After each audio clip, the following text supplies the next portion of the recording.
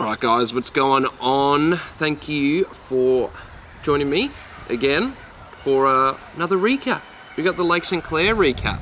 So just got back the other day from Lake St Clair, and I'm hoping it's not going to rain on me. It's sort of a little bit overcast and whatnot, but we're here to talk about Lake St Clair, and it was my first top 10 finish for the year, which is awesome. The year started a little bit shaky like last year, but back on track with a top 10 finish. I ended up finishing in 6th place out of, I think we had like 52 or 53 boats, so definitely can't complain with that. Now, I was down there a couple weeks prior to the event and pre-fished the lake for about 3 days, which is really, really cool. You know, Lake St Clair's shaped like a big horseshoe, and the 3 days really allowed me time to segment the lake and fish it for a whole day. So I think that was really important in the top 10 finish. It really gave me just a lot of time to really pick apart all the things that I needed to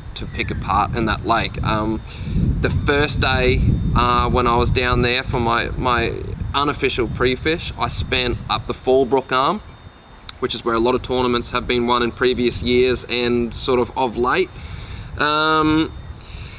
Literally spent all day there. There was weed around. I was trying to target that weed. What I was scared about was because the lake has been dropping so quickly, a lot of the weed tends to die off, but especially with the lake dropping so quick, you can see the weed starting to die off, and I was really worried if it wasn't going to have that weed. You know, Lake St Clair's always been find the weed, find the fish, pretty much. Throwing little 2-inch plastics in there, Kitech for me is perfect. So yeah, really for me, those 3 days of just trying to find where the fish were holding, what they kind of wanted, but more or less really scope out places where I could find weed, and hopefully there was still a little bit there. And there was still plenty of weed up the Fallbrook, which was great. Some places in previous years where there has been big banks of weed, there wasn't, but there was still a lot up there, which was really cool. Day 2, I spent up the Carrabrook Arm, which is the other feeder creek that feeds into the lake. It was really low. You know, there was places where I was fishing last year up the Carrabrook that were bone dry and had literally bushes and shrubs growing off it. And I thought that was pretty crazy. But in saying that, I did find a lot better fish up the Carrabrook. There wasn't a lot of fish up the Fallbrook Arm, and the ones that I were catching were small. They were coming off weed banks real tight to the weed. It wasn't fishing like normal St Clair. Usually St Clair you'd get pummeled if you find the weed. The Fallbrook was a little bit tough. I did find a few schools in the Fallbrook that really weren't chewing, but I marked them and thought maybe in a few weeks, if the cold front, because the other thing that was happening was we had such unstable weather. You know, we had quite warm days and quite cool nights, and we didn't really have like that nice typical long period of winter. So I found a lot of fish sitting in about 15 foot of water out from the bank, but because the water just wasn't cold enough for them to really push up onto the bank where they should be at that time of the year, I think they were kind of in a bit of a transition phase. They sort of didn't really know what was going on because the water temps were so contrasting. You know, they'd rise 2 or 3 degrees in a day rather than maybe 1 or 2 or something. So yeah, I thought the fish were a little bit unsettled and they sort of weren't where they should have been placing at that time of year. But in saying that, up the Carrabrook, I did find them up shallow, and the pattern that I found that I cottoned onto was jerk baits were really doing it well. I was throwing about a 60 mil Daiwa double clutch, and it was getting smashed. But the key was I was finding them really tight to rock walls, because those rock walls, there's a few bends up the Carrabrook Arm. The Fallbrook has 1 or 2, but the Carrabrook ones, they're quite deep on that bend. You know, it would drop from maybe 4, 5, 6 feet into about 11, 12, 13-ish feet. And it was those, I could see the fish holding there. There was fish up top, there was fish down the bottom, and just a couple twitches with your jerkbait and they were getting nailed, which is really cool. So I cottoned onto that pattern, and yeah, I was finding a lot of fish, and they were good fish. You know, there was a few people around a couple of weeks prior as well, I think everyone was in the same boat. We'd maybe found 1 or 2 bigger fish around the kilo mark, but the average size were that 700 or 800 grammers, which is not going to win you a tournament. And we all knew that there was going to be a lot of people catching those fish, because there was a lot of fish getting around at St Clair that were weighing between that 700 and 800 grams. So really it was going to take a bag of them plus, you know, 1 or 2 kicker fish over the kilo mark to really stay up there and maybe take it out. But blades I found worked really well down the Carrabrook Arm on the second day as well. In particular, it was the pink ZX40 in colour 441. I did notice I found a few schools of bass that were feeding on shrimp. I pulled them up on the boat and they coughed up their lunch, and there was little baby shrimp. Pretty much the same size, maybe a little bit smaller. If I was struggling to get bites, I might have downgraded to maybe a ZX35 or something like that, just for the smaller profile. But I'm glad I didn't, and I'm glad I stuck with a ZX40. I was not having trouble getting hookups. I was not getting trouble getting bites. They were absolutely nailing it, which was strange. You know, St Clair is such a plastics dam, little 2-inch or 1.5-inch plastics, that it was weird that a blade was outperforming that. And the jerkbait, I was trying to toss up whether I was getting bigger fish on the jerkbait or the blade. It was the same quality of fish, whether they were coming up high off the jerkbait or down off the bottom.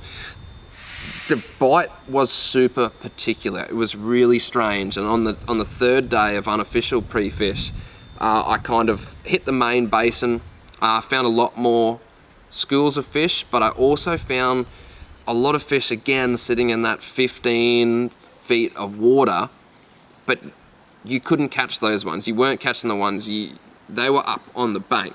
So I was kind of hoping that by tournament time we might have had a cold snap come through that might have stayed there a little bit longer, that those fish that were in those 15 foot of water were pushing up onto the bank where they should be. It kind of was and wasn't the case. I'll get into that. But yeah, from the pre-fish, the pink ZX40 definitely was doing the damage. But the way they were picking it up 2 weeks prior and the way they were picking it up actually on tournament day was different. You know, up in Queensland when I usually fish these blades, I fish them differently. I use them as a search bait. You know, I'll sit on a 20 foot, 25 foot flat where fish are coming through, and I'll fire it out, I'll let it hit the bottom, and then I'll just roll it back, and I'll just work that whole bay or work that whole flat just by rolling this back. I don't really tend to hop it unless I'm vertical jigging it and I can see fish down there. That's when I'll hop it. But I kind of, I don't really know how I found out. I think I casted it out and I was waiting for it to hit the bottom. And it took me 1 or 2 fish to really start to pick up that the fish were picking it up off the bottom and they were picking it up before you knew about it. So honestly, you would be waiting for it to hit the bottom and then your line would just take up slack and you were just trying to keep up with the fish. And it maybe did that once or twice before I sort of cottoned on to, they were really tentatively plucking it off the bottom. They weren't smashing it, which made it odd. You know, the hook set, these 2 assist hooks are fantastic on the Eco Gear blades. They're super sharp, and really I hardly ever drop fish on it, but because they weren't inhaling it, they were just plucking it and playing with it, I had to loosen off my drag a lot because I was pulling the hooks on a lot. I wasn't going hard, but they were still pulling out just because of that real tentative bite. So I kind of cottoned onto that pattern, and I was even in schools where I knew that they were hitting this pink blade, so I threw on a black blade. I can't remember, might have been 4.7 something. Anyway, it's like a black sort of oyster shell color with the orange UV underneath it. And they weren't hitting that as much as the pink. I don't know why. This color is infused with a lot of UV, and it might have been that, or I don't know. Regardless, they were just punching this pink blade. I then threw on a little 2-inch Kitech Easy Shiner. I think I had it in Pro Blue Red Pearl, just to try and match the little gudgeon and the little shrimp that they were coughing up. I was kind of close to this colour, and it's sort of got a bit of a, like a pearly blue type of sheen that comes off the UV in the sun. So I tried to match that up, and again, the blade was still outfishing the plastic. Probably, I would say, almost 10 fish to 2 or 3 from the blade to the plastic. So I was pretty confident that that was going to be my go-to lure, as well as the jerk baits. The jerk baits were getting slammed no matter where you put the jerk bait, on those rock walls, on the trees. It was getting nailed. So I was pretty confident in that. Come tournament time, it did change quite a little bit. I did not catch anything on a jerk bait, or maybe one fish, but I don't think I caught any on the jerk bait. So I did have one tied on all weekend just in case, but still the ZX blade was performing, and I was pretty happy because being St Clair, I knew a lot of people are going to be throwing plastics because it's always been a go-to, but I knew that I could not tell a soul about this blade because it was outperforming the plastics. So people could use plastics. I'd be happy for them to use plastics because I know I would catch more of them on this. And it was a funny bite. Like I was saying, you had to let it hit the bottom, and I wasn't hopping it. It was really different. I've never really worked a blade like this before, but I was kind of throwing it into the weed, and I had to make sure I kept slack in my line so I could really rip it up and out of the weed so it wouldn't get caught as well. It was more like a rip than a hop. A hop, I would find that you'd keep a bit of, taut in the line. With this rip, keeping that slack in the line, when you ripped it up really quickly, it was only moving off the bottom maybe an inch or two. And I think it was really important to have, again, that ZX40, because on the silt on the bottom, it was kicking up a lot of dust and a lot of silt and a lot of dirt on that impact down. So you really didn't have to move it high, because then it would just thud down the bottom and make a big dust cloud. And I think that's what the fish were seeing, and that's what they were reacting to, and that's why they were picking it up off the bottom on the paws and just taking off with it. One of the most important sort of tools I guess I had, apart from my sounders obviously, was definitely my Costas. I wear the Costa Hamlin in the green lens, and to be able to see the weed lining the edge, there was a lot of weed, but if you're looking for the weed that you could see on top of the water, come tournament time, a lot of that was dead. There was still a lot of weed sitting in maybe like that 10 foot of water, but it was a couple feet high. Without my Costas, you really couldn't see straight through into the water to be able to see what you're looking at. You couldn't find the weed without them. The glare was too much. It was all too much. So these guys really help cut through the glare. If you haven't got a pair of Costas, I highly recommend that you get a pair, because I just don't think any other lens, and sunnies compares to the Costas. And without my Costas, I could not have seen the weed that I was trying to find. Proof is in the pudding. Go and try some on, go and buy some. They're not all expensive. The glass lens, when I say expensive, you buy a fashion pair of sunnies, you're still going to be paying the same price. So really it's on par with any good pair of sunnies on the market. But for me, these guys really contributed to my top 10 on St Clair. We've gone through lures, we've gone through the sunnies that really helped. My main rod, pretty much just about the only rod that I used all weekend, was my Okuma Helios. The HSS, it's a 7 foot, it's a medium action. I love this rod. This is one of the rods we designed here in Australia from Okuma. It is super light, super responsive. The medium action is awesome. Just had to wait for the postman to go because his brakes were very noisy and squeaky.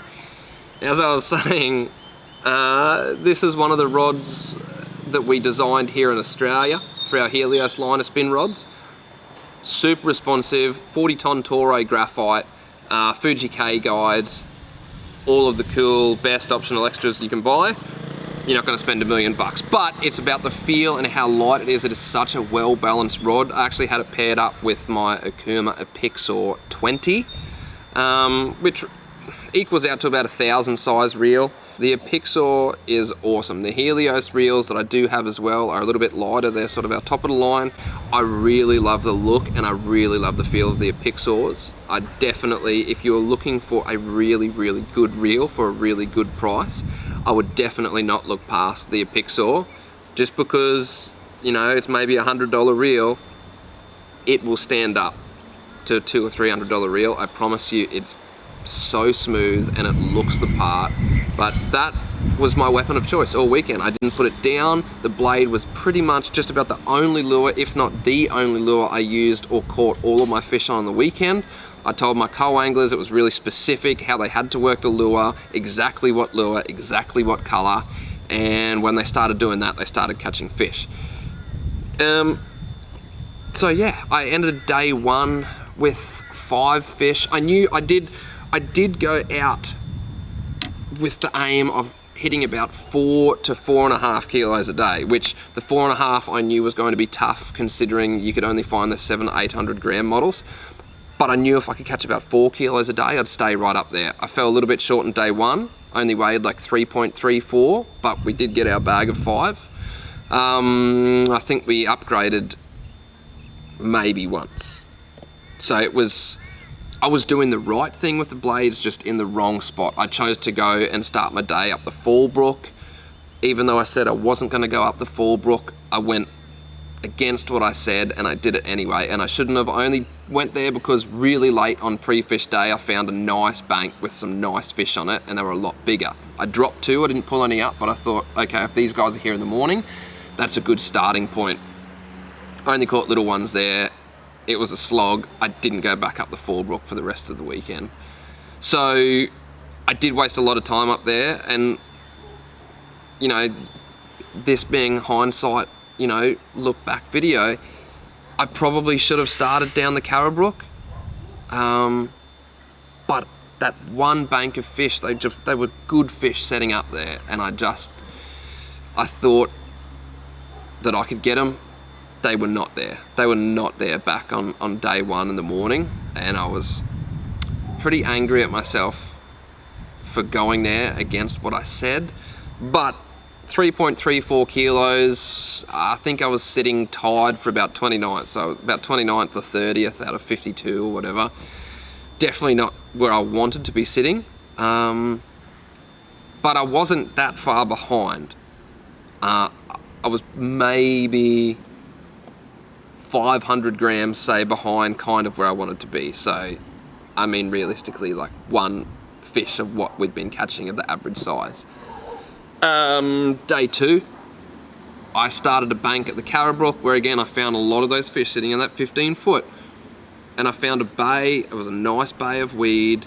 John O'Bale was on my right, and I know Banksy was on my left. I was going right where I wanted to go. They weren't going there, and it was perfect. So I slotted in there. I think we pulled 3 fish out of this bay. I was with Timmy. Timmy, it was on the boat, and it was an awesome day. This is one of the best days fishing I think I've ever had. And if you haven't seen the tournament video, I know it goes for like 40 minutes, guys, but I promise you it's worth it. We caught so many fish, and it was honestly one of the best days fishing, and probably definitely the best tournament days fishing I've ever had. We pulled 3 out of that bay in the weed on the blade. It took 3 or 4 fish for Timmy to finally put the blade on. When he put the blade on, he was getting absolutely blitzed as well. We worked the bank, and we were casting in like 3 or 4 foot of water. And it probably took me an hour or 2 to realize that the breeze was blowing onto this bank and it was stirring up the water. There might have been a foot or 2 of dirty water off the bank. And I think that was really important because I cottoned onto that. And the other important fact was it was a 15 foot that came up to maybe like a 4 foot ledge. So 4 foot down to 15 foot. You could see the fish sitting in 15 foot, but the ones you were catching were going up there and feeding. And I think they were getting so angry and so hungry because that water was being churned up. So that's when they were going up by the breeze. I adapted to the conditions, and it's what you need to do. I then went and fished fresh water that I'd never fished, I hadn't even practiced on, but the wind was blowing, dirty bank of water, same sort of thing, about that 10 to 15 foot. I think the deepest, the shallowest, was about an 8 foot drop. The deepest was about 15. But again, it went back up into that 3 or 4 foot of water. So really shallow, especially for a 5 gram lure. But being shallow, being murky, it's hitting the bottom and it's creating that big puff of silt, and the fish were just nailing it. Again, they were picking it up the same way. They were all picking it up off the bottom, and you had to play catch up with them. I lost track of how many fish we caught, guys. Honestly, I reckon we caught probably 20 or 30 fish.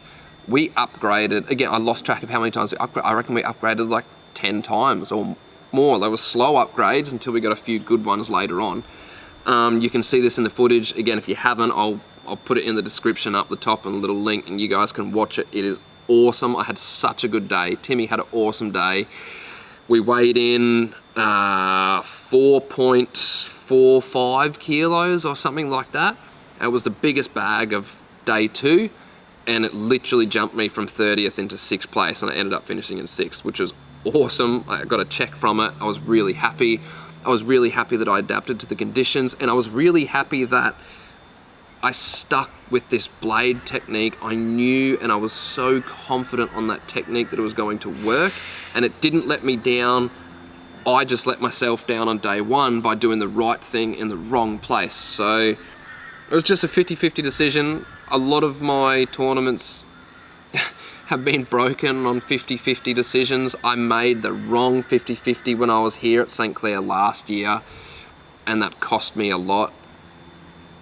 I wouldn't say like a 6th place is good. I reckon if I was doing this blade technique in the Carrabrook and the main basin and the places where I caught them on day 2, I may have even been sitting higher. I might have been able to win it. If I caught the same bag again, that probably would have had me sitting in the top 3. Whether they were there, whether they were going to be biting on that day 1, I don't know, but all I do know is that I was doing the right thing, just in the wrong place. So that did cost me maybe a few places, but to jump from 30th into 6th was awesome. And that's just about the recap, guys. So that, short and sweet, kind of short and sweet, but it was an awesome tournament. I really had fun. Definitely my best finish for the year so far, so hopefully I can keep on getting some top 10s. I set out a goal to take out Angler of the Year this year, and this is definitely a good place for me to finish in, to try and get some good AOY points. But anyway, guys, if you enjoyed this video, make sure you give me a thumbs up and like it, so I can keep on bringing videos to you guys, which hopefully you enjoy. And if you don't enjoy it, then you probably wouldn't be watching my stuff. So I'm gonna say that you enjoy it. I enjoy doing videos. I just knocked my costas over. I enjoy doing videos for you guys, and I love fishing. So if you like everything I'm doing, make sure you subscribe to my channel and hit the bell so you get the notifications when the videos come up, so you can be up to date. I'll put links in the description to where you can get the Akuma stuff, where you can buy these blades, costas, whatever you want, whatever I use, whatever you've seen on my videos, it's all in the description. Also, make sure you jump over to my Instagram and Facebook, Keeghan Painter Fishing, and like and follow me over there, guys, for cool, different stuff that isn't on YouTube. But thanks for watching, guys. I'm out. Yeah, that wraps it up. I will see you guys in like a couple of weeks for, where am I going? Cania. Lake Cania, Queensland rounds. Yes! See you guys then.